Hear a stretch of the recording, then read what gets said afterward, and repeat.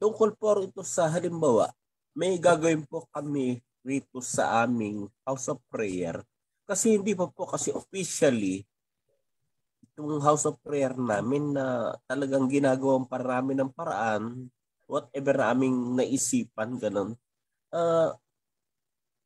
Noon dumating nga si Priest Simri sa Aurora, ay wala pa talagang CR. Then, nag-initiate po ako na magka-CR. May ilang tumulong naman. Anyway, okay na po 'yon. Hindi ko na i-question yung hindi ko na i-raise yung mga gastusin. Pero basta one thing is sure, hindi halimbawa nasibak ako, pero one thing is sure, hindi rin po ako pasisibak. Ganun pa. Hindi po ako pasisibak. Ngayon ito po, halimbawa hindi po ako patatagpas. Halimbawa po, may plano naman kami sa tubig. Wala pa rin kami tubig. Umiigib pa rin kami ng malayo. Nagpaplano ho kami. Gusto ko mag-initiate po. Paano kaya yun? Ano kaya ang magandang payo para doon? Kasi wala kami talagang tubig na halimbawa poso or gano'n. Gusto pong ano kayang dapat. Kasi kung halimbawa bro, ganito. gastos Magkano aabutin ang puso? Let's say in magandang gabi po, kamahalan. Halimbawa baka abutin siguro na mga para gumanda-ganda ang tubig na lalabas. Mga 5,000 lang. 5,000? I doubt kung makakaano ka ng 5,000 eh. Ang puso pa lang mahal na eh. Baka 5,000 mo, puso pa lang yan. No po, hindi po. Tubo, tapos may donate na yung isa na let's say tubo lang ang gagamitin, tapos meron po akong pangbaon naman ng tubig. So ibig sabihin, gagastos namin yung tubo po. O yung CR, magkano naman ang gagastusin nyo? Tapos na po yun, okay na po. Hindi, I want to know. Kasi hindi ang punto dyan is tapos na, may nag-donate. Hindi yun ang punto eh. Hindi yun ang punto. Mamaya maunawaan mo. Sagutin mo muna yung tanong ko. Ipapaunawa ko sa iyo. Yes po. Magkano gasto sa CR? Hindi ko po alam. But meron ako siguro mga 8,000 na nabitiwan doon. Or 6,000. Hindi ko na rin masyadong pinapansin. Yung nabitiwan mo, yung iniambag ng iba, in cash and in kind, more or less, magkano ang value? Maaring umabot sa 10 na rin po. 10. Tapos this time, puso. So 8,000, budgetan mo yan 10,000. So may 20 mil ka na. Yeah po. So yung mga nagpapagawa ng CR ngayon, ang narinig namin, umaabot sila ng 15. Tapos yung puso na yan, ewan ko ha, pero sige, ganito na lang, 1,000 lang ang gagastusin mo sa puso. Kunwari gano'n na lang. 1,000 lang. Donated lahat. Kayo ang magtatrabaho ng lahat. Ito ang tanong ko, kanino ang lupa na paglalagyan nyo? Yun nga po, hindi pa po yun secure, pero temporary po yun. Pero kapatid pa rin po. Sa akin kasi ang kapatid, marami diyang kapatid na kunting kimbot, nagre-rebelde at nagmamalaki. Hindi ko sinasabing ganun sa inyo, pero yun ang mga nakita namin. Akin ang lupa eh. Ako ang may karapatan. Ganon. Demokrasya. Justice for all. Pag may katwiran, ipaglaban mo. Yung mga ganon tipo. Tapos nagkairingan kayo dyan. Tapos kayo na ang palalayasin. Alis kayo dyan, lupa ko to. Di ba? Di ba away-away na? Yep. Totoo. Ngayon, sa atin is, unahin mo i-secure ang lupa bago ang any improvement. Para wala kayong pag-aawayan, wala kayong magsisisihan kayo bandang huli. At later nag-aaway-away na. Mahigit sa 5 daliri ko ang pangyayaring ganyan. Please learn from that mistake. Negros, Dabnor, Pangasinan, Rizal, Cebu. O 5 na yon. O dagdagan mo pa sa listahan, Presenen. Yung mga hindi ko nabanggit. Lahat ganyan ang pattern. Temporary lang eh. CR, maglagay kami ng kubeta, tapos later, nakatatong tungkab na ang kubeta dahil pagkatapos, paaalisin nung di lipat na naman siya kabilang lote. Gawa na naman ang kubeta. 3 beses kaya yan sa Rizal.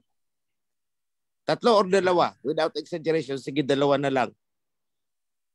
The point is kasi, bago kayo mag-set ng any improvement, or kahit walang improvement, bago kayo pumasok sa isang lupa para gamitin sa pagsasaba, magkaroon muna ng kontrata. Kasi kahit tent lang yan na itatayo ninyo, dapat may kontrata yan. Baka mamaya, nagkaroon kayo ng di pagkakaunawaan, kayo pa ang naakusahan na nag-trespassing kayo dyan. O, di ba?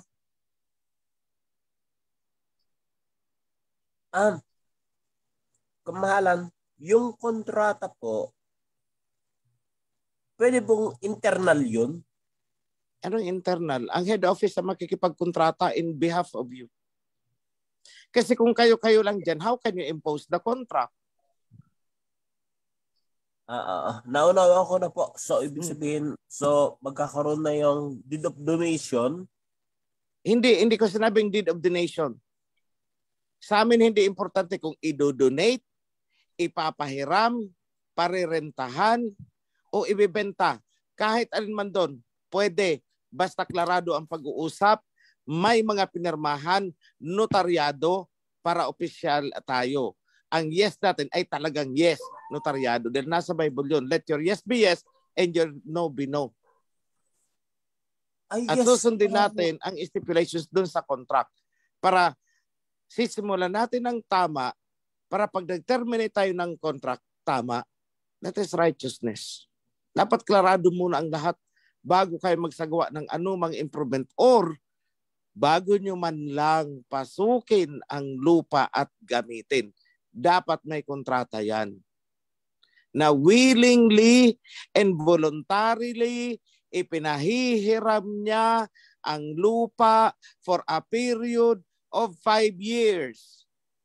That any improvement doon, kung ano man ang gawin ninyo doon, will be in the favor of the landowner. O okay lang yun. Basta nagkapirmahan tayo. Pwede po bang para legal lahat ng galaw ninyo? Kamahalang ganito po. Halimbawa, doon sa area po na ginagawa naming house of prayer namin, let's say halimbawa, ang kinatatakot lang, halimbawa, yung may-ari po, baka na pang pagkahalimbawa, kinainitan na ho kanya, tinagpas na nila ako na maski walang kasalanan. Ba't ka na tatagpasin na walang kasalanan ka ako? Hindi naman tayo nagtatagpas ng walang kasalanan. Hindi tayo basta-basta nagtatagpas. In fact, maraming chance tayong binibigay na pag-uusap. At kahit may kasalanan ka, hindi ka tatagpasin kung hindi ka mayabang.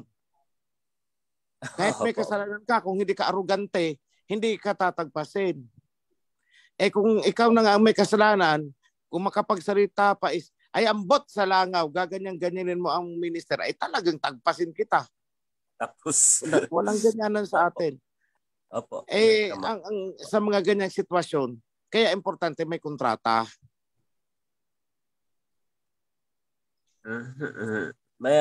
Anyway, titignan ko po yung mga yung gagawin ko po para sa mga namin. Kasi problema ganito yan Kahit kanya ang lupa, sa totoo lang, kahit kanya ang lupa, kung katagpas-tagpas ang kanyang ginawa, tatagpasin yan. Yan ang totoo dyan. Naunawa ko po.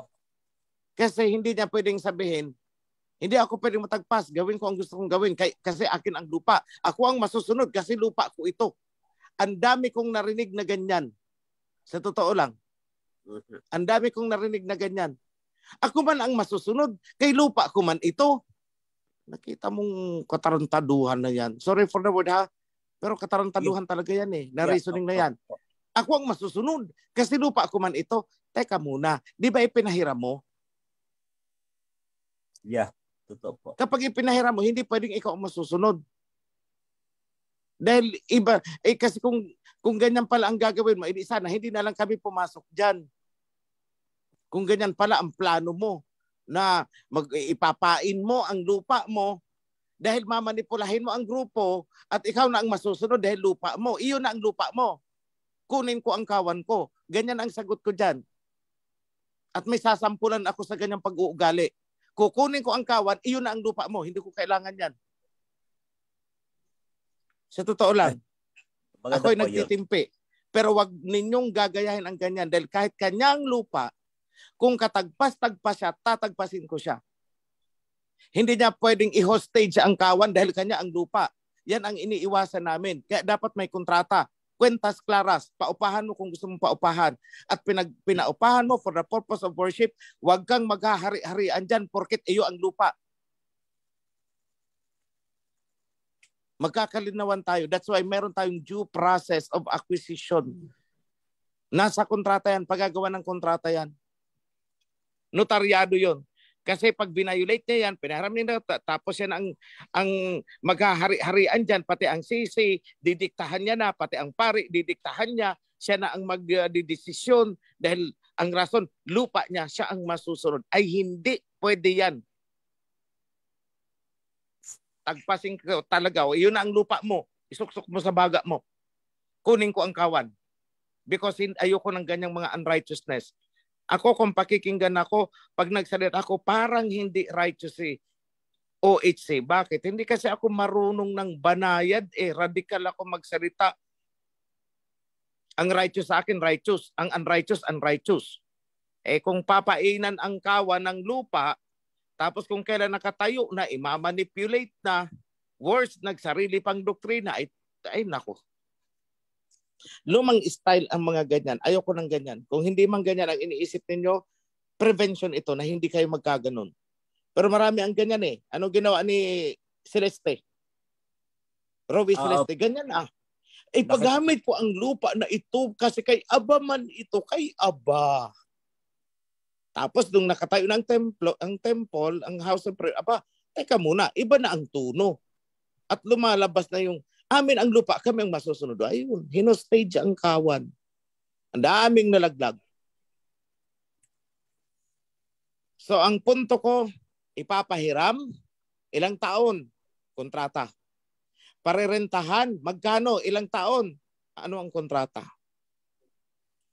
Malinaw na pag-uusap notaryado para wala tayong pag-aawayan. Pag hindi nasunod ang contract na yan, alis ang kawan, hindi mo pwedeng diktahan. Porket iyo ang lupa. Yan ang iniiwasan namin. That's why I want every land acquisition to be in the right process. I-guide ka bro ng Ministry of Asset and Property Stewardship. Meron tayong ganyan.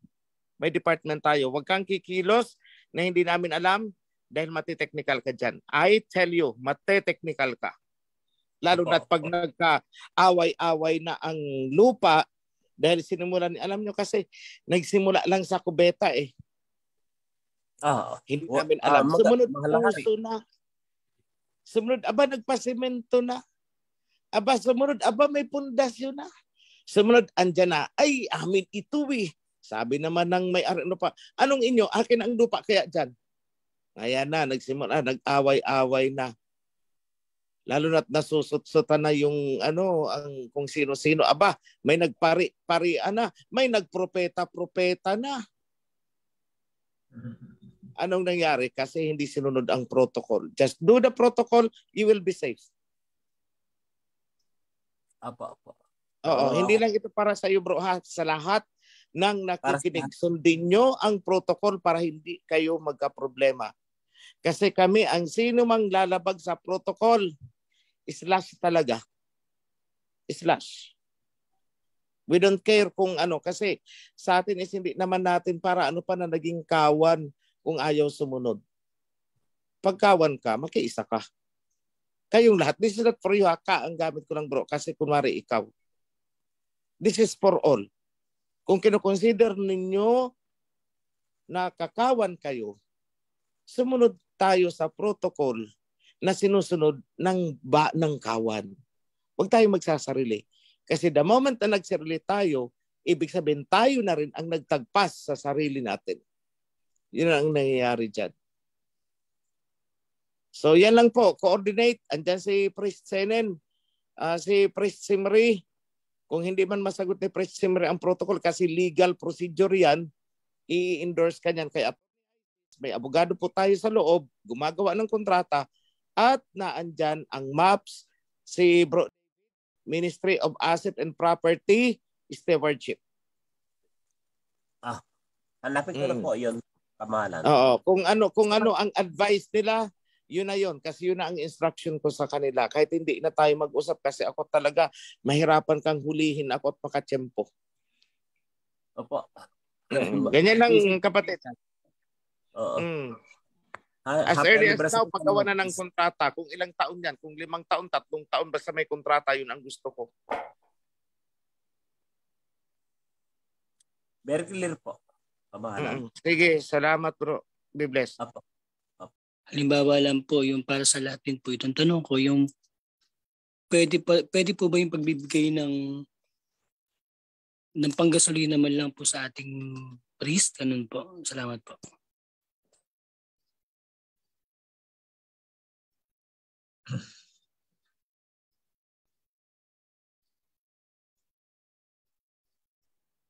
Nabanggit po kasi kanina na meron na po tayong tawag doon yung pong treasure, o okay po yung ganun. Pinapayagan po ba?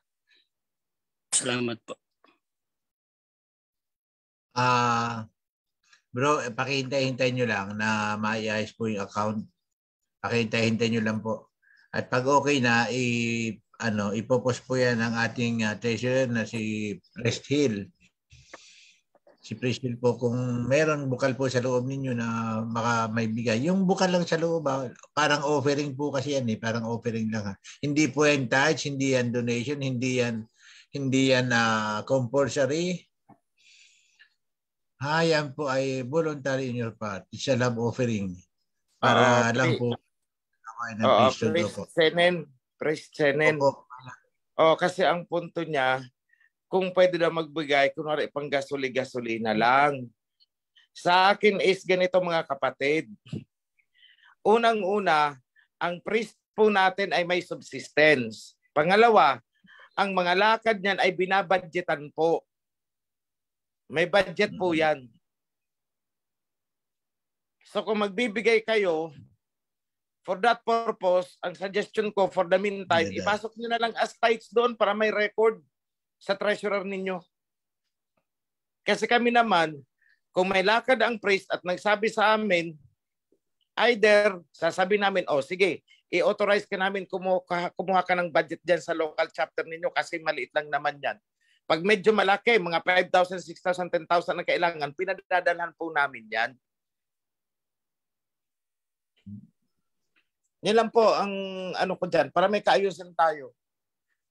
Remember, di ba, sa hospital, halimbawa nasa hospital tayo, di ba, nag-aano ba tayo na, bigyan ko ang doktor ko ng extra, ganun, di ba, hindi. Lahat dumadaan sa cashier, dahil ang cashier ang nagre-release niyan kung saan-saan. Ganun din po ang priesthood. Lahat ng pera ay dadaan sa cashier. Walang side track. And your cashier sa local ninyo is your treasurer. Ayun, malinaw yung brother. Pero kung mga pagkain din lang naman, walang problema yan. Bigyan nyo pagkain, o gusto nyo bigyan ng damit, o bigyan ng ganito, walang problema, mga in-kind. No problem with those. Pero yung mag-aano kayo ng mga pera-pera, kasi pinagmumula ng dami ko nang naririnig na hindi maganda and I don't want na ang priesthood ay magkaroon ng ganung image. Yung imahe ba, parang mga pulis na inaabot-abutan ng kung sino-sinong vendor, ganyan ang nangyayari Bumababa masyado ang dignity ng priesthood. Wag pong ganon. Di ba ang mga pulis, makita mo, inabutan ng tricycle driver. Maya-maya nakatindig sa kabila, may nag-abot na naman. O anong sabi ng publiko, nako, kuratong ang ano na yan, ang pulis na yan. Tingnan mo kung sino-sinong nag-aabot ng pera. Huwag pong ganon. Okay lang yun kung pagkain, in kind, or whatever. O kung merong lakad, o sige, may outreach, o tanungin nyo, priest, o may lakad kayo, sapat ba ang naipadala ng ano, o kung kulang, willing kami magbigay, o eto. Pwede siguro yung ganun. O dagdag baon lang ito, priest. O kung may mga outreach. Pero kung wala namang outreach, walang event, walang ganun, magbibigay kayo, hindi pwede yan. Ibigay nyo sa treasurer. Kasi kami ang nagpapadala ng subsistence sa mga priest. Buwan-buwan. Bakit kayo magbibigay? Idaan natin sa tamang proseso ang lahat. Ayoko nang ganun. Kasi parang mga pulisya na kuratong ang kalalabasan yan. Do not corrupt the priest. Yada. Do not corrupt the priest. Huwag niyong gawing parang mga pulis na gumaganyan ng palad sa kung sino-sino. Uplift the dignity of the priesthood. Dapat dignified. Oo, nagbibigay tayo, pero gawin natin dignified.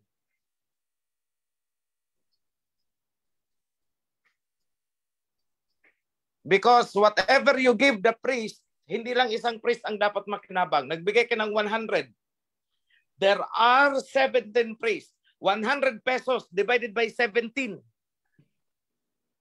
Kasi maganda lang dyan yung may maraming kakilala na priest. Tuloy, ang mga priest nagpapaligsahan na maging popular. Paano yung naando na priest na naka-in-charge sa bundok, taralala na wala ng outreach, walang nakakakilala dahil siya ay pioneering doon. Di patay sa gutom yun. Don't be unfair to other priests by favoritism. May favorite kayo na isang priest. Kung magbibigay kayo sa isang priest, ibigay nyo sa priesthood, then the treasure of the priesthood will divide it among them equally. Yan ang ibig sabihin ng righteousness. Anyone priest na malalaman ko na tumatanggap ng mga ganyan, mapapahiya kayo. I will put you to shame. Ulitin ko, walang matatago. Kapag may nalalaman akong priest na ganyan ang ginagawa, I will put you to shame in front of the whole kawan. Yada.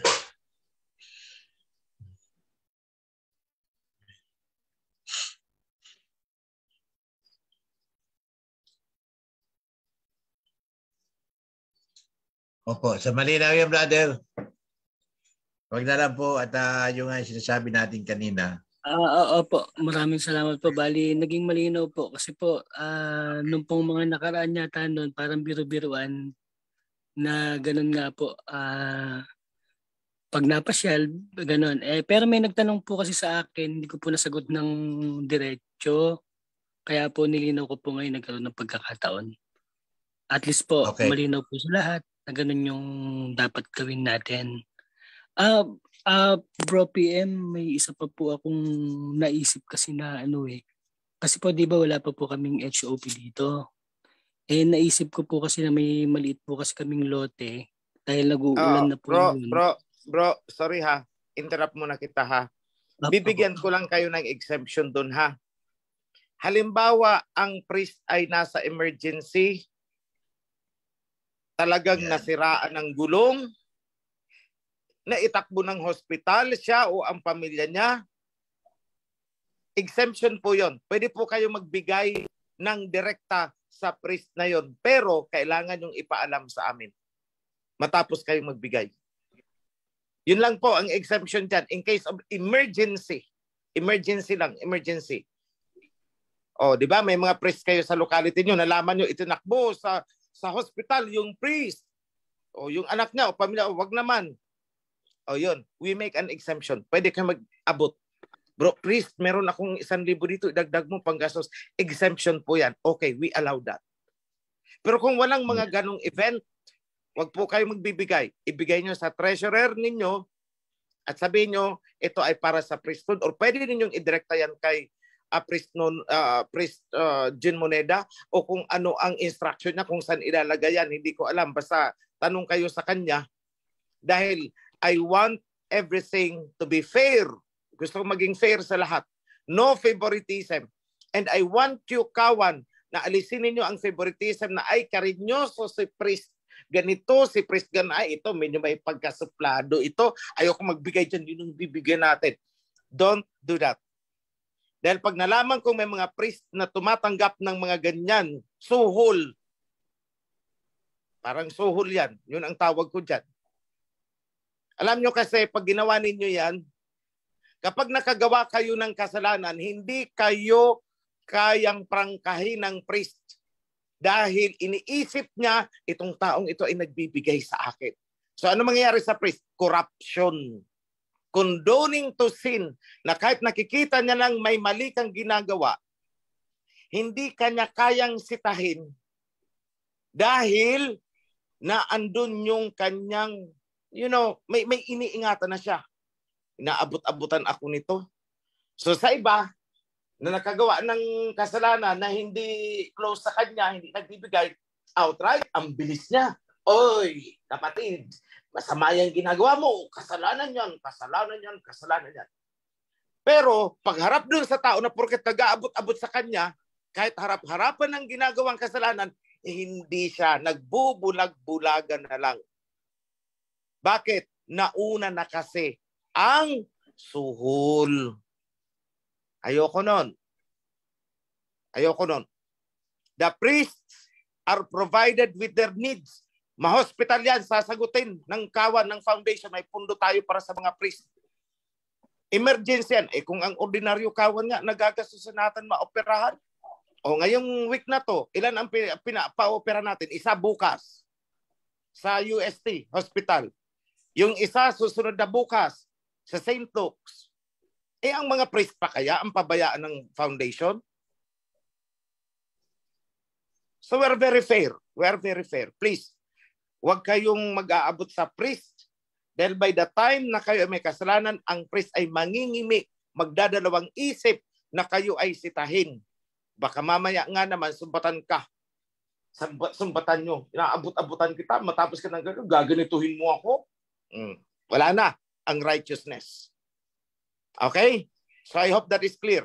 So mga prista, let me remind you, ayokong makakarinig na tumatanggap kayo ng mga ganyan-ganyan. I will really put you to shame in front of the whole Kawan. Don't dare me because I will do it.